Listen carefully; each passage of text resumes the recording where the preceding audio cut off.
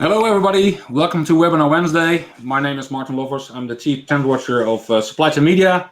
You might also know me as the Editor-in-Chief of the European Quarterly Supply Chain Movement. And maybe you might know me as the architect of the SCM IT Subweb Europe, and we're going to talk about it later. We're going to have a great webinar now, a live webinar. We're going to talk about painless software implementation. Who don't want that, you know? And the questions we're going to answer in this hour: why do some software implementation projects drag on in time, miss the target, and cost a lot more than you thought? And what characterizes a painless software implementation, and what makes it happen? So these are the topics you're going to address, and we do it together with Blue Ridge. So next to me, I have Sverre Rosmo. He's General Manager of Nordics at Blue Ridge. Sverre, welcome. Thank you very much. And next to him, we have Uwe Berger, and he is Senior Supply Chain Specialist at Mestergruppen. Uwe, welcome. Hello, thank you very much. All right, and you know, to whom you not know, Blue Ridge and Mestergruppen, we'll explain it later, but Blue Ridge is a supply chain software player, and we talk about it later, what they exactly do. And Mestergruppen is in a construction material business, and we also explain later what they do exactly. And Mestergruppen is a user of Blue Ridge software, so we're going to talk about real implementation and a real business case. But first, everybody's on mute, but you can ask questions along the way. There will be a Q&A at the end, but all the listeners could see, you know, there is a Q&A functionality. So you have a chat functionality at the right-hand side. So you can chat with each other. People can answer each other's questions, like, you know, do we get the PDF of the presentation? Yes. Will it be recorded? Yes. So in-depth questions, you better ask at the Q&A area. I'll pick it up. And if these questions are in line of the conversation, I will ask these questions immediately. If not, I will reserve them for the Q&A. And you can enlarge your screen. So on the upper right-hand side of your slide screen, you see some small arrows. You can enlarge the presentation so you can better read the slides. So we have the cameras off, so you won't miss anything. But we are still live, so we are here. So you can enlarge the screen and do ask questions. And after the hour, at 5 o'clock CET, we have 30 minutes after talk. And so we go into air meet. We will sit down at tables. Uwe, Sverre, and myself will be sitting at table 1. So if you want to discuss further the topic we have addressed in the webinar, feel free to get a seat at our table and have a kind of Zoom meeting afterwards. All right. Now talk about painless implementations. Supply Chain Media did a survey last year in June after the first wave of COVID-19 in Europe. And we asked 106 manufacturing, wholesale, and retail companies in Europe what their plans were for the next 12 months to invest. And we saw a lot of plans in sales and operations planning. That's the top one. Also, end-to-end supply chain visibility is also scoring high. And prescriptive analytics is also scoring high in inventory management and statistical forecast, the area of Blue Ridge. So, Sverre, what do you recognize in the market going on last year? So what was your response when COVID hit Europe? Well, to be honest, we were a little bit scared when COVID started, because we are dependent on talking to people when we market and sell our solutions. And yeah, we thought that it would put a lid on sales and marketing activities, but the opposite happened. We discovered that people were more available on Teams, and we had more meetings than ever. So 2020 was actually a peak in sales and new projects, and it has continued into 2021 as well. Okay, and you were still able to implement, although you couldn't visit some companies. Yeah, so that was also a kind of a revelation to us. We discovered that we could implement, and we have implemented across Europe actually via Teams, and it's not ideal, but it actually works. We'll talk more in depth about how to implement and make it a success. What we saw from this graph is, you know, because of the bottlenecks surfacing in the COVID-19 pandemic, with the upstream, downstream bottlenecks and lack of visibility, there was an uptake in investment in supply chain. So digitalization is kickstarting. So a lot of companies, even in the lockdowns, were looking into supply chain software. So that's also resembled in this graph. So we saw more initiatives because companies were aware that they need visibility, they have to do better forecasting, etc. So you compared to other years, previous years, you see an uptake in investment plans in supply chain.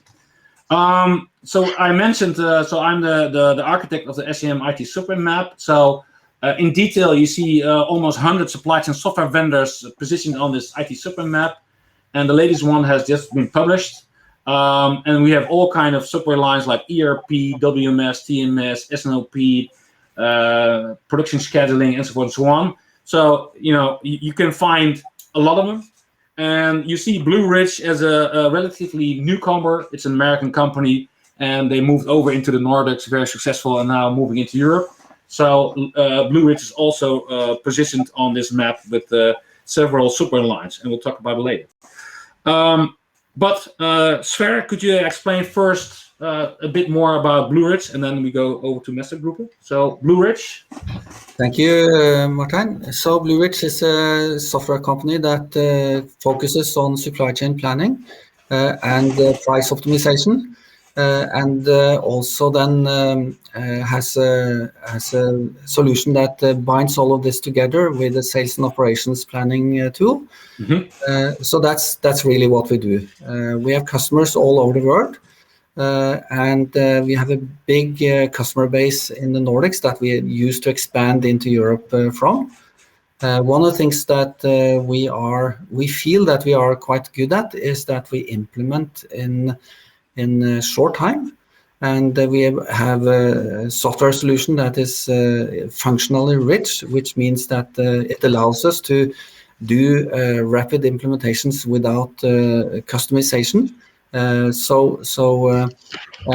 also supported with the implementation methodology that is quite proven as well. And in addition to that, we also don't leave our customers. You see at the bottom there, 24/7 lifeline monitoring. That means that we continue collaborating with our customers on a structured basis to maintain the results and development over time. Okay. All right, and let's talk about one of your clients, Mestergruppen. So Uwe, could you explain what the Mestergruppen kind of company is? Well, I could try. It's quite a large company, largest group in Norway, where we have the three different areas of project development, construction goods, and housing. It's consists of large different companies, but the key figures is shown on the screen as you can see. And if you look at the next slide, and then they differentiated down towards property, distribution, retail, and construction. And at the moment, we're focusing on using Blue Ridge within the category distribution retail companies, with some 420 different outlets to work on. It's a company both in Norway and Sweden. Quite one of the largest, yeah. And if I look at this brands, they are like do-it-yourself kind of retail stores. Yeah, that's so like more or less, yeah. like in the Netherlands and Germany, you have Hornbach, that kind of stores. Yeah, and you see quite a lot of different brands. I can imagine that these has been acquired by Mestergruppen in the last years, I think, or not? Yeah, if you look at the one in the middle there called Malorama, yeah, we actually acquired that one last month. Ooh, okay. So it's quite a offensive company buying up different other companies, yeah. And the main thing is probably different brands and different companies also mean different ERP environments and IT environments. I think our IT directors told me here the other day that he is more or less given up counting how many ERP systems we now have to work on. So it's a difficult area. Yeah, but it's good to have mentioned that, because I think that's an important part of this whole story, because I think that a lot of bigger companies have different kind of ERP instance and other legacy systems. All right. Now talk about software implementation. So Sverre, so could you tell us a bit more about projects and how to deal with it? Yes, thank you. So when we look at projects, and this is in general, we see that some projects, they have success, and some projects, they actually fail. And the definition of failing can be many, but we get into trouble. We don't deliver what we expected to deliver, and we don't follow the timelines, and trouble occurs. So that's a problem. And the interesting thing here is that this is all too common. And I think Mestergruppen is one example of many where the management says, we are quite surprised. It's a long time since we had a project that actually did meet the time limits and go under budget, because it's all too many cases where the projects don't do that, and of course there is a reason for it. Yeah. Okay. Let's talk about it later. But first, when I look at this slide, it seems like the lady is blaming the guy on the left that the project is failing. And isn't it the case that the project is a team effort and not so much an effort on this man part alone? That's a very good comment, and very often there is kind of a scapegoat in any project that needs to take the blame. Okay. But when you think of it, it's actually the whole team, and not only the whole team, but the whole organization actually that takes part in the project. All right. So how do you recognize when a project is failing? Well, there are some very tangible effects that you can see, and of course. One thing is very, very clear to or easy to observe, and that is that the things that we thought that the software was going to do, the use cases that we had on the table in the start, are not supported the way we thought. And that can be it can be many flavors of that, but we have a feeling or even a very concrete situation where we see that it doesn't work, it doesn't support our business process the way we thought. And of course the users, they get unhappy and they say, we'll stick to the spreadsheet we had, we won't use this, we reject using this. And of course, the solution may be halfway or absolutely not working, but then we see that the business case that we hopefully made in the start, the objectives there, they are not met. And in this case, it's typical service levels or inventory turns or whatever, but they are simply not met. And then when we delay the project, then we get into trouble over time, because those resources that we draw on in the project, they are supposed to be working on other stuff later on, because they were scheduled to work for us for a certain time period, and now other people need them, and that creates a lot of friction as well. So the problem is getting bigger and bigger. That's it, and it has repercussions very often throughout the organization, and people were also hoping to get these benefits that we were promised, and they don't get them, and so it has repercussions in many facets when we start tracking what happens. Very recognizable. I've seen a lot of these kind of cases. So how do you know when a project will succeed? Well, it's the opposite almost. It's first of all that the users or the end users, they see that the solution matches the needs. So they then start to buy into the solution, and they're happy. They say, this really helps me. I'm a planner, I'm using the software, and it greatly improves my daily life. So they start buying into it, and I've talked to many planners in my time in this industry, and they say the solution changes my life. It gives me a new career. So it has many levels to it, of course. And then it starts producing results. It starts to fulfill the business case. And of course, when we use the people that are available for the project as planned, we don't get into quarrels with other parts of the organization. And also when we keep the budget, it gives us leg room, which means that people are going to look at us as a success. They will start asking, this is so good, maybe we could use it in other parts of the organization. So it has a positive twist to it. And of course, the only thing that we can't make up for in any way is lost time. Yep. And of course, for big organizations, the project budget and everything may not be that big a part of the total cost of the company, but the time they lose on getting those business benefits, that's really crucial. So not losing time is actually very important to most of our clients. And of course, doing that, we fuel also further growth with the solution. Isn't there a saying that says a successful project has 1,000 fathers, but a failure has only one? How do you say? Asshole. Probably Norwegian, but yeah, we have something in English. Yeah, I know. Sorry. Yeah.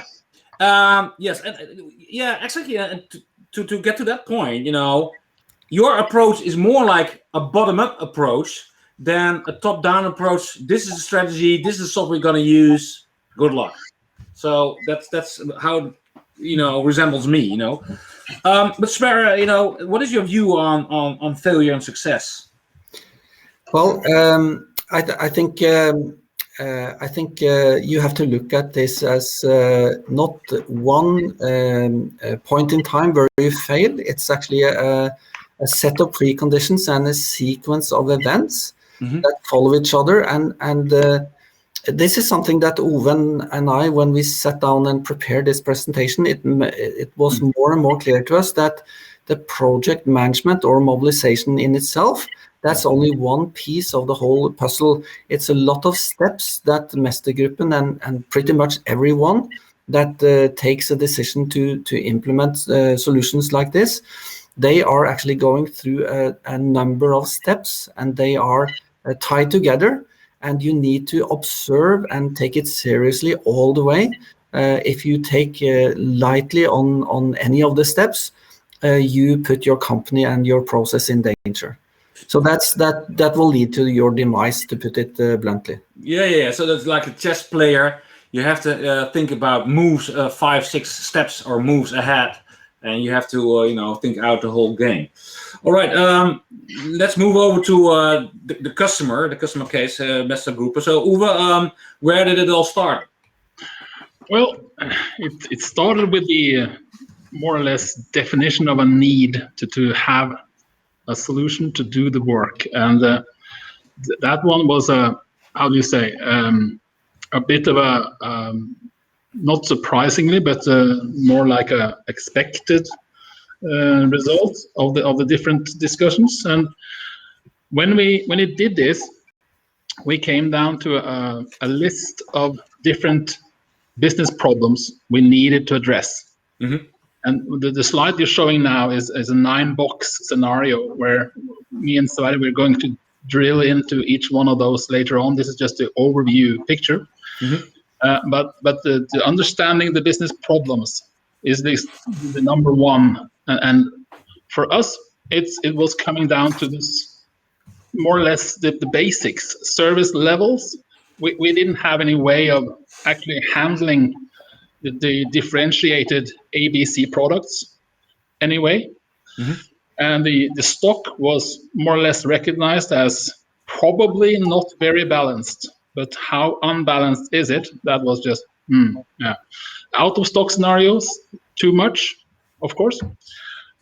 Customer reputation, everything, financial impacts and vendor relations, everything came into more or less a conclusion that we have some needs we need to get covered. And the situation was then, how are we going to do that? How are we going to cope with those kind of problems? And that led us into the discussions where we said, can we have any way of covering these needs ourselves? Is that possible? Do we have an existing ERP or any of those many ERP systems we have?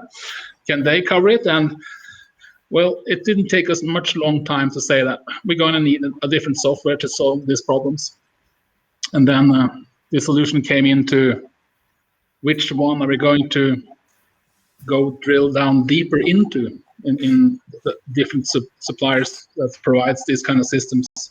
Okay, but before we get into the needs of the system, you mentioned, you're looking at enhancing, available ERPs or spreadsheets. But I think that a lot of companies are still focusing on their ERP environment. Whether it be SAP or Oracle or Microsoft Dynamics. But in my understanding, the ERP environment is just where you get your orders in. That's the administrative layer. So how did you come to the conclusion that this was not the right environment to do this kind of supply chain planning? Well, there wasn't any kind of supply chain software in any company we had. Okay. So the usage was to buy ordering through the ERP systems on each company. Yeah. So there wasn't any. You could use a spreadsheet and the ERP systems just as far as you can get, but still you come up with it's not going to be sustainable for the future. No. Well, no, but still, people are still thinking that ERP, it's an acronym for Enterprise Resource Planning, that they can do actual planning with it. But in reality, it's a more administrative, order environment. Yeah. So, data. Yeah. So yeah. So the needs, defining the needs, because then we get into more detail. So what kind of software do you need and what do you want? Yeah, of course, we had certain needs that we needed to like. Basically, these are the main areas we want to have covered in this solution. Mm-hmm.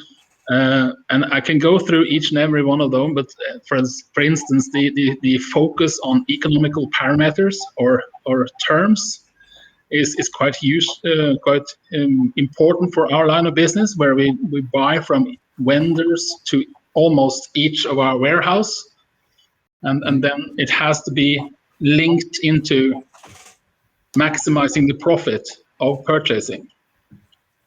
We don't have a huge central warehouse where every outlet is getting the goods shipped on a weekly basis. Mm-hmm. So each warehouse has some 100 plus suppliers or more that they purchase directly from. The other one is that when we saw the trucks or the shipments going through, the supplier to a region, he drove his truck around to different warehouses, but each warehouse was setting up an order as if none of the other one existed. And by merging those orders into one full truck, driving the same route, we managed to get the average order size down to more or less, or that was the intention anyway. We have managed to do it, so yeah. And different things. MAIO is perhaps it's an abbreviation for multi-echelon inventory optimization, more or less handling of different structure. We have a central warehouse or a regional warehouse, and that was important to us to have covered in a solution that managed that kind of inventory flow. And of course, the ability to differentiate each item on a location, like in ABC and XYZ classification. Mm-hmm. Not only the actual analysis, but also to have a solution that incorporated the results into the actual order building of the different lines, also important for us. And based upon this, we came up with some clear and consistent use cases that we checked with our users, different warehouses, just to make sure that we actually had now defined the needs down to the very little detail on each case. And we were extremely focused on not getting misled or enthusiasm carried away into other things while we now went forward in this project. Yeah. So it's interesting to hear, because a lot of companies are looking at functionalities, the shiny mirrors and nice to have, that kind of stuff. But you were very clear what the actual problem was and what the actual needs were, functionality-wise, to solve this problem. Yeah, because we knew that we're going to be tempted into other areas by these different suppliers of software that were going to present to us. And that was quite interesting, of course, but we hold on to the basics. What is the need we're going to be covering? Okay. So in that step, you are asking the vendors to present. So how do you do that, and what did you encounter? Well, we had certain preliminary sort of choices to make, and one of them that was made was that we needed the software supplier or the solution supplier to be located near in-house or in the same country. Mm-hmm. And then we got a small short list, and based upon that, we invited them to come to us and present their solution and their functionality-wise and a general way. Yeah. Just to be open-minded without not sharing our actual needs at that moment, but we just opened up and say, show us what you have to offer. And we learned a lot by that, but still we stick to the needs we got already defined afterwards. Yeah.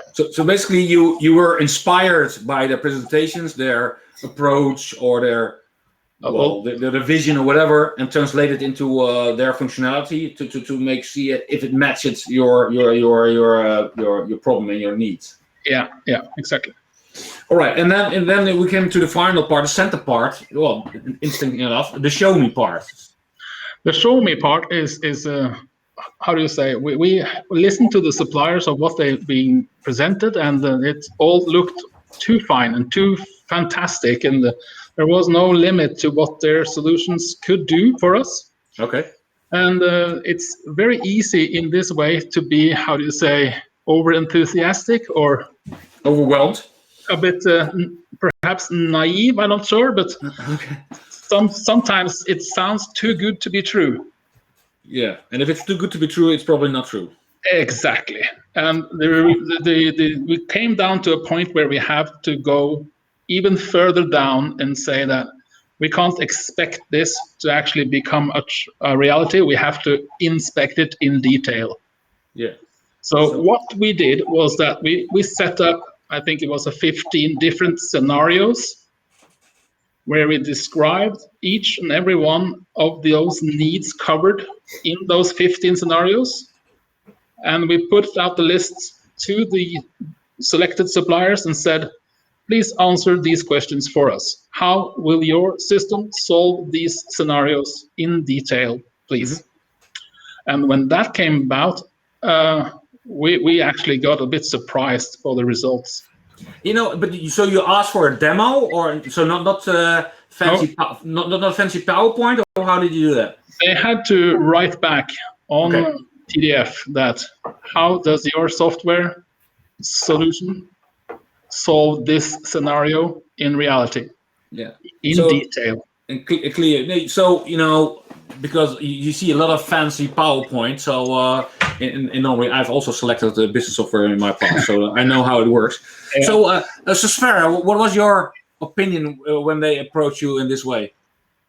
Well, to be honest, Martijn, I was actually quite happy because I have to be honest about this. The building industry is actually a home turf for us in Blue Ridge. So we knew that the more demanding questions they had, the more fun and accurate we could be back. So we thought that was really good because here we have a customer that puts the finger in our eye, and they are also probably going to do that exactly the same with our competition. So this gives us a chance to show exactly what we're capable of. It took a lot of work, I have to admit that. But to be honest, we thought that this is good. They are asking us to show and demonstrate that we actually can do this, and that's really what we did.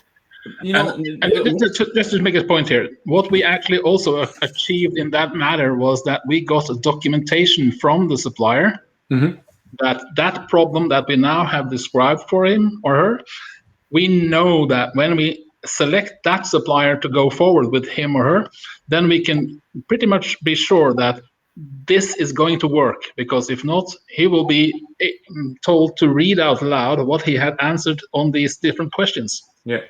And to get back to Sverre, it is not only what you could do, but the other thing is what you probably already have done with other companies. Otherwise, you can't prove or you can't state exactly how to solve it, because probably you already have solved it. That's exactly it, Martin. And through having worked with a lot of customers within the building industry, this was not the first time that we met these questions. So that also meant that yes, they had maybe sometimes a little bit different twist on it or variation of the same theme, but it meant also that we could dig from our chest of experience and methodology that we already had developed. So it sounded difficult, but in reality it wasn't. It was if we had started in this industry from scratch, so Mestergruppen would be one of our first cases that we had, then it would have been difficult. But yeah, the background made it quite easy actually. And Laura Sasir, an analyst from Supply Chain Insight, has also a quite blunt opinion how to select software.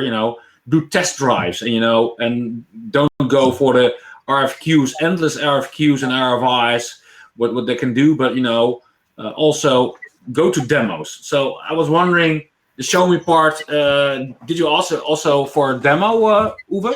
Yeah, we had a part of that before those 15 different questions. We had a demo as well, but we still didn't manage to separate them clearly. Okay. And we just needed to just really go one step further down and make sure that we are being told the truth, and that slides that you have presented is actually going to be able to provide in real life. Yeah. And basically you dug deeper under the hood with this kind of questions. How this engine is working under the hood. That is what you have let them state. We needed to be sure, and that's the way we did it. Yeah. All right. So yeah, this is what you're stating, so you get your proof also later on. Yeah. And how about to quantify the results? How did you do that? Well, we put up, based upon the answers they came in, we had an internal evaluation of the different questions, and we set a score on those, like an exam, more or less. And once we did that and we compared those results on a summarized level, there wasn't any discussion left. We had a clear winner. Okay. Yeah. So that made it quite easy, actually, to just select the right one. And who did the scoring? So what kind of business functions were involved to the scoring of the different vendors? We set out a score based upon the answer they have been delivering, and just said that based upon what they have been answering, we see that this solution will enable us to more or less, without any further development or technical, added development. Yeah. You can just use the solution as it comes standard, and that was a maximized score of 6. And if it couldn't be delivered, or the solution needed to be developed first before we could use the solution for the different needs, then it was a score of 0 or 1. Okay. So yeah, that's clear. But who was involved? What kind of business? Were the salespeople involved within your company to score? The supply chain people? What kind of people did the scoring? Well, this is a supply chain solution, so we use the supply chain people to actually evaluate those questions and the answers. Yeah. Okay, but also the people who would use it, this software in the future, the planners. Yes, the actual end users were also involved in that evaluation. Yeah. So again, don't expect this inspect. So that's it. Yeah. Can't be said highly enough. No. Yeah. And now we get to the implementation part. So this is, I think, a sound preparation of the implementation. But so now we get into implementation. So what's the secret over there? I think Sverre is the one to take this one. Yes, so I think, well, what we have learned through many projects, I stopped counting the projects, but there are many. And what we have found all over the world is that those projects, they need to be structured. So we need a firm project methodology, a detailed plan. We need a project organization. We need to estimate the resources tied to each of the activities. And also not forget the third parties that are going to be involved. They also need to be taken into the equation. And of course, the resource need that is going to be put on the organization. So, I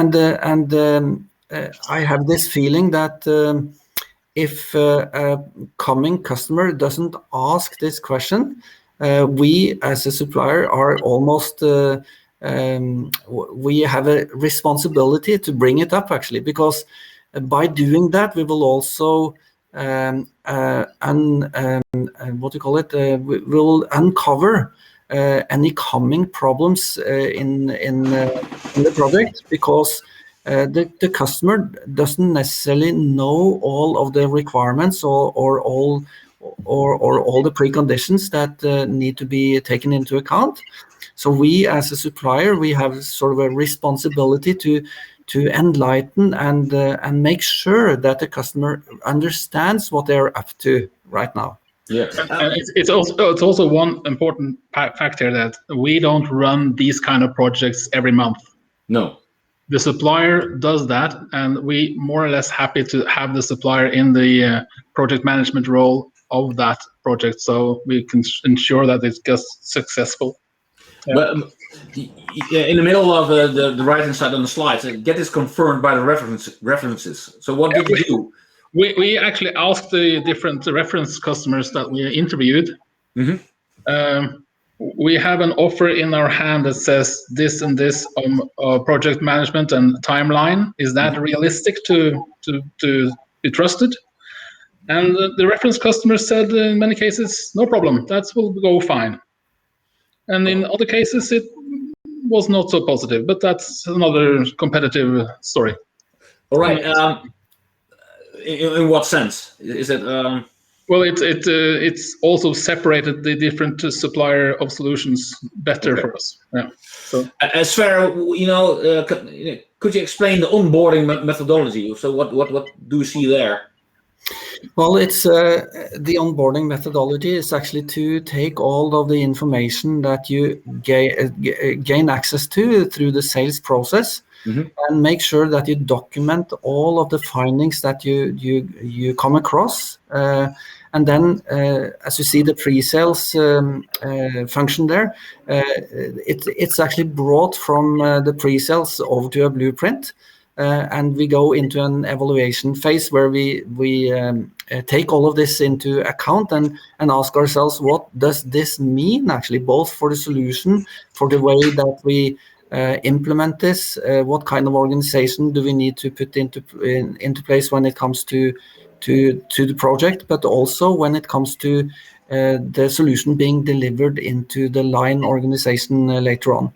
So it's a kind of a stepwise approach where we make sure that all the expectations that were set in the sales cycle, they are not lost. They are captured and documented and well defined when we also then construct the training programs and the deployment plan, the certification program, and everything later in the project. So basically, this is the onboarding methodology from the Blue Ridge perspective, but it resembles to some extent the previous parts also from Mestergruppen, the understanding of the business problem that's in your pre-sales environment. So that matches to some extent, both being going through a whole methodology, I would say.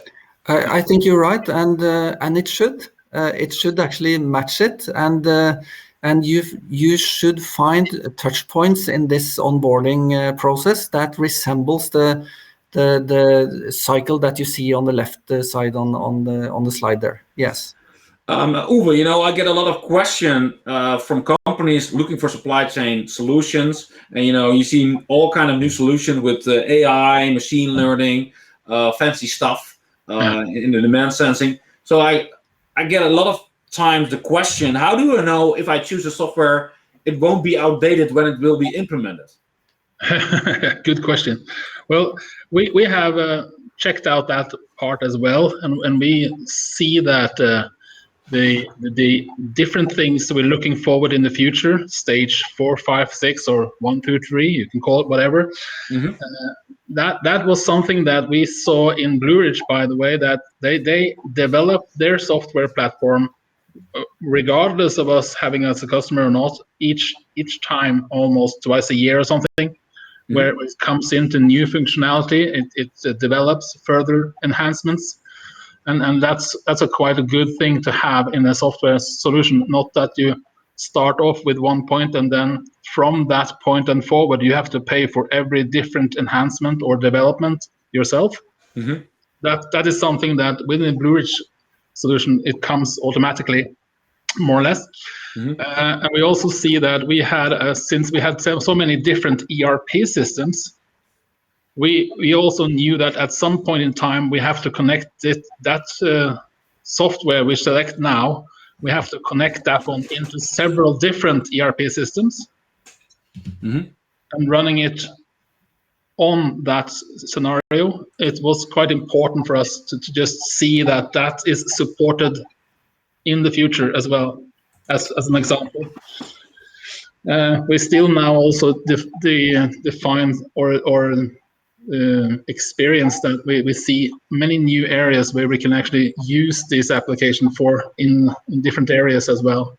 So didn't you tell me up front, some other vendor pitched it and they, didn't recommend to use different kind of ERP systems to put this extra supply chain planning layer on it?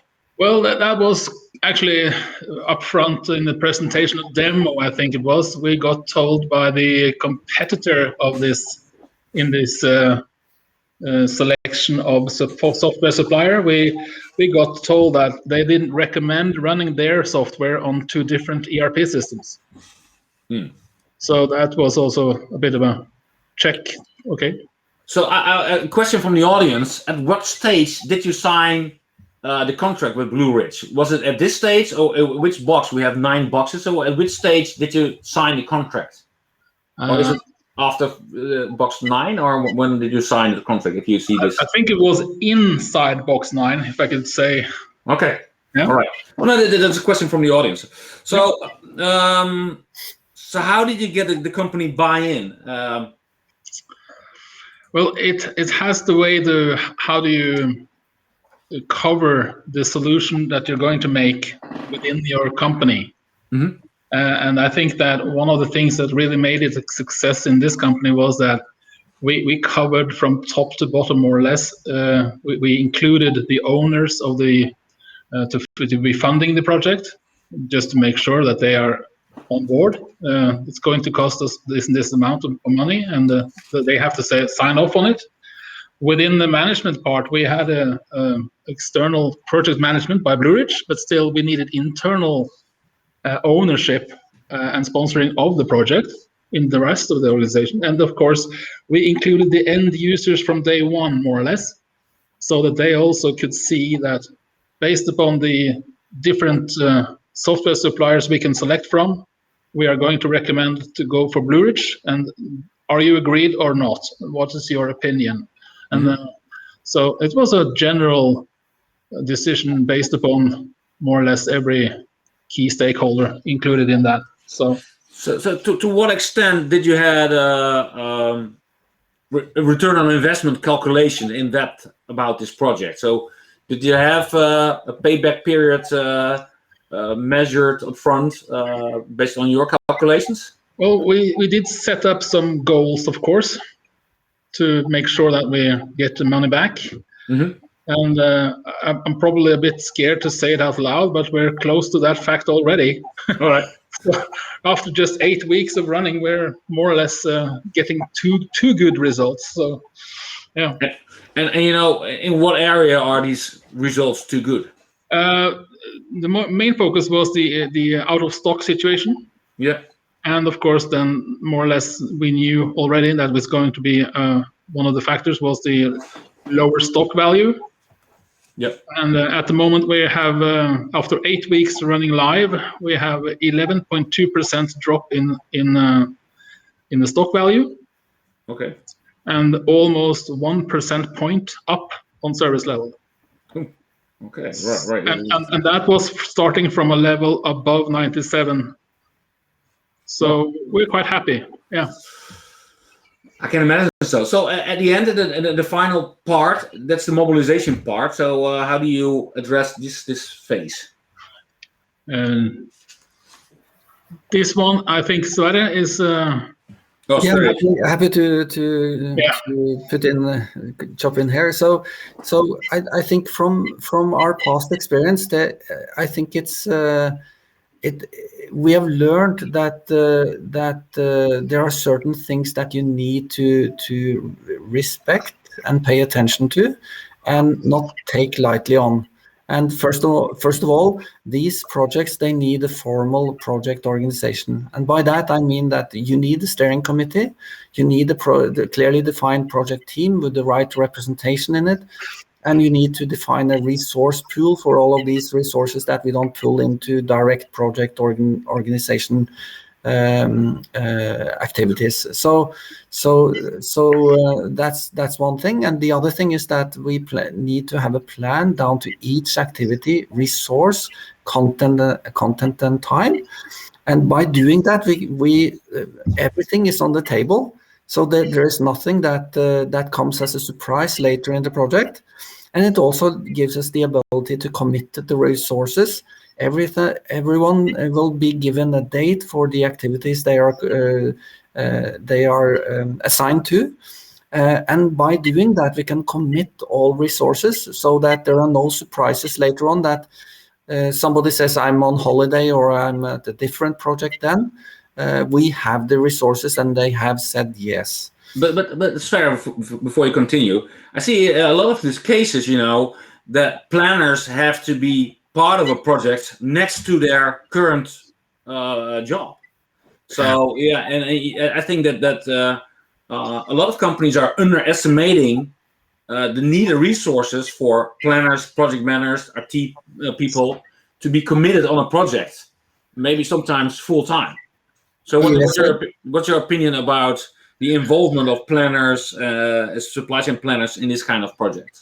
Yeah, so I think up to the point where you have the kickoff with a live system, we tend to pull out the super users and technical people. They are part of the preparation, so the tech install, the business process mapping and analysis, and so on.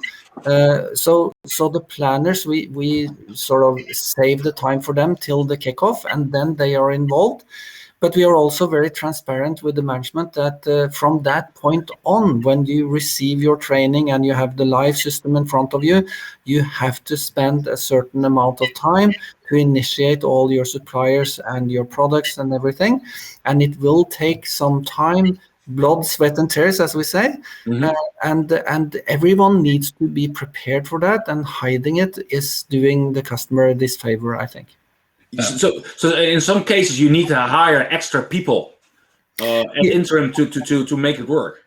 Yeah, that's actually true. Some of our customers have done that to relieve some of the burden on the planners to get that done. Yeah. Most of the time, if we plan carefully and smart, we can actually do it in a manner where they can split the time in their existing methodology and system and with the supply chain planning system, and not occupying the full day of training, for instance, but taking part of days and stretching it a little bit out. So there are many ways to do this actually, but it will take time and effort. And there is also another factor here that in Mestergruppen we have a seasonal revenue that says in the winter months we're quite low. Yeah. And we have the the overstock on man hours. Yeah. Capacity. So we planned the project to be running from 1st of January because we then knew that we had capacity available going forward. So yeah. Makes sense. Makes total sense. Yeah. Sverre, you about this formal decision, because now we get into the area of the contract. So how much is detailed in a contract about these formal decisions? Yeah, so most of the time there is, we have several meetings where we first of all hammer out together actually business case, and we also define the use cases and both the business objectives and the project goals. And we also get into agreement about the resources that need to be assigned, etc. And of course, all of that is documented, and it's part of the offer that the supplier makes to the customer, or we do to our customers. And of course, the customer will keep that documentation. It will be taken up again when we do the BPA and technical planning, and it will also be part of the user acceptance testing later on. So there is a red line in all of this, and we have an obligation to do it towards the customer, and the customer also have an obligation to actually do their testing and do what's on their part to actually tick this off as we go through the project. Yeah, important. Yeah. Uwe, something to add in this area about this formal decisions? Other than we're quite impressed and happy about the way it was managed by Blue Ridge. Okay. It's very, very much helped us in keeping a straight, good red line through the whole project. Yeah. All right. We're getting to the end of the webinar. Of course, we have an extra 30 minutes in the lounge where we can talk further with participants. So what are the key success factors? First, in your opinion, Sverre, and then also Uwe can join. Yeah, so I think in order to succeed here, when we succeed, it is when we can actually see that the use case is actually brought directly to the end user for acceptance. So there is a one-to-one relationship, if you want. And we can also tick off that we have covered all the cases that were discussed in the BPA, that also were part of the use cases brought up by the customer earlier on. Yeah. And then of course training. Training. That's key element here, and you don't even have to try to think about doing it yourself. It's something that you should lead to the supplier of doing the training of the end users. And of course, then you can link it into, after the training, you get a certification of the users, which I think is really, really nice to have, because those end users are now going forward using the software, placing orders and potentially buying millions of dollars or euros. It's a good thing to know that they have checked off, that they actually know which button or which parameter to use correctly. So certification is very, very interesting and needed to do in this case. Yeah. And do you believe that all the users should be trained by the vendor, or could you also train the trainer? Well, there is different approaches to this kind, but I have never found it, myself included, of course. I'm not a person that could be set out to train the users. I don't have it's a different skill set. Yeah. Even though you have the competency on the supply chain, you don't have the competency of actually learning your colleagues the same thing. So the vendor has that ability or competence. Yeah. They do that every project more or less. So it was quite easy to say that we're not even going to think about it, that you can do this for us. Yeah, and Sverre, the documentation is a big part. I sensed it before also in pre-sales on your side, but all in all, the whole project is important. Yes, I think so, and I think documenting everything. It's a saying that everyone that has something important to say, he writes it, and it's very applicable in the project. So that means that being meticulous about documentation, both from the BPA, technical planning, minutes of meeting from every project meeting, etc., is very, very important. That means also that you can hold everyone accountable, so that when we agree that a certain task is due to be finished by a certain date, and we decided that 6 weeks ago, and we're now waiting for your solution to it and so on, we can go back in the minutes of meeting and see that, yes, it was actually you who took the responsibility for doing that. So I think, by doing this very meticulously, it sets a kind of a culture in the project that when we say yes to something, we have to do it and be accountable. You know, I think it's in the military. You have what they call 5 or 6 P's. It's like perfect project preparation prevents poor performance. Couldn't be said better. We'll take that into our test. Absolutely. So perfect project preparation prevents poor performance. And communication and celebration. You know, how did you do that? So it's part of success. But how did you do that within Mestergruppen? Well, we did have a more or less a two-way approach on it. We started with the end users, and then we took into account the different, the mid-senior level, and starting to slightly inform them about what was coming. But of course, I think when it comes to communication, you can't get that right, even though you try as far as you can. So that's probably one of those areas where we could have done things better, I see. Yeah. So how much champagne did you drink already? Yeah, that's something to celebrate. Okay. So you had your buy-in and support from line management. So we get to the end, and there are some questions I see. So Sverre, to wrap up. So what's your opinion again?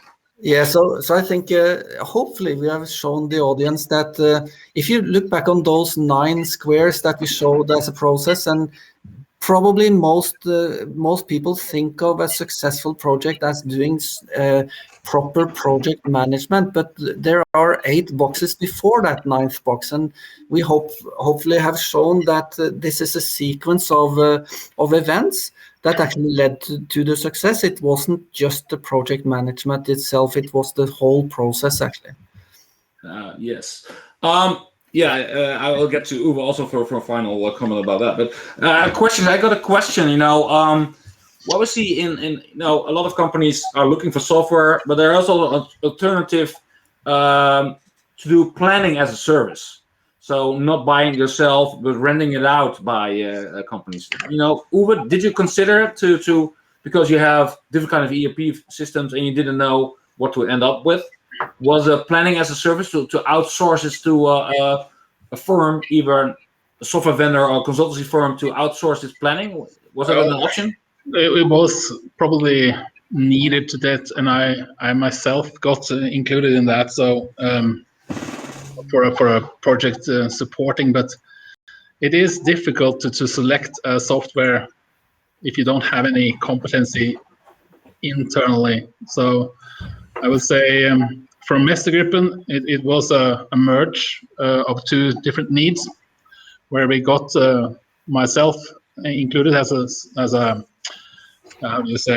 independent consultant for this period. Mm-hmm. But still, the needs were quite clear. So you need to have some sort of match there between what you're looking forward to doing and buying and what your needs are. Yeah. So outsourcing planning was not an option? No, not that quite. It was a core need that they looked up on as so important that they wanted to have it themselves, control the process. Yeah. And as we have seen, you have different retail brands. So how did you roll out all these brands? So you have different retail stores brands in Norway and in Sweden. What was your approach? One at a time? Is first one brand and then the other? So how did you approach the rollout? Well, the planned rollout is going forward. We started off with one chain, and then we're going to move on to different chains at a time. And the way we did it, the first one was to just do it supplier by supplier on each outlets. Yeah. Yeah.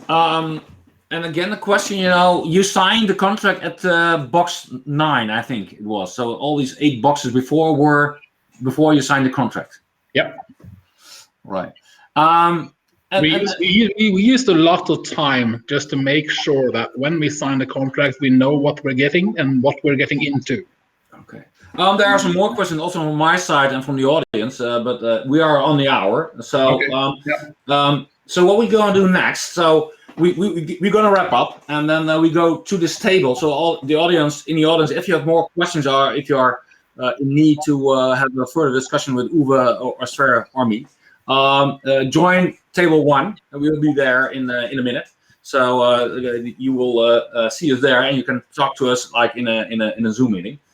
For further reading, now to the left, you see the IT subway map I showed earlier. The new one just has been released, also with Blue Ridge on it. And on the right-hand side, you see some case studies and some other resources about Blue Ridge and supply chain planning and also pricing as a functionality. So with this, I want to like to wrap up. Sverre, thank you for joining. My pleasure. Uwe, also thank you for explaining what you have done at the Mestergruppen. Very impressive and very successful, obviously. Thank you. Thank you very much. My pleasure. All right, and everybody listening, thank you. Being live, thank you. And maybe if you are listening in the recording, I hope you liked it. And we're going to wrap up. And maybe I will see you to the next webinar coming Wednesday. And for now, I would like to thank you. And we are going to the lounge, and we will speak to you there. Thank you. Bye-bye for now. And maybe I see you later in the lounge. Bye-bye.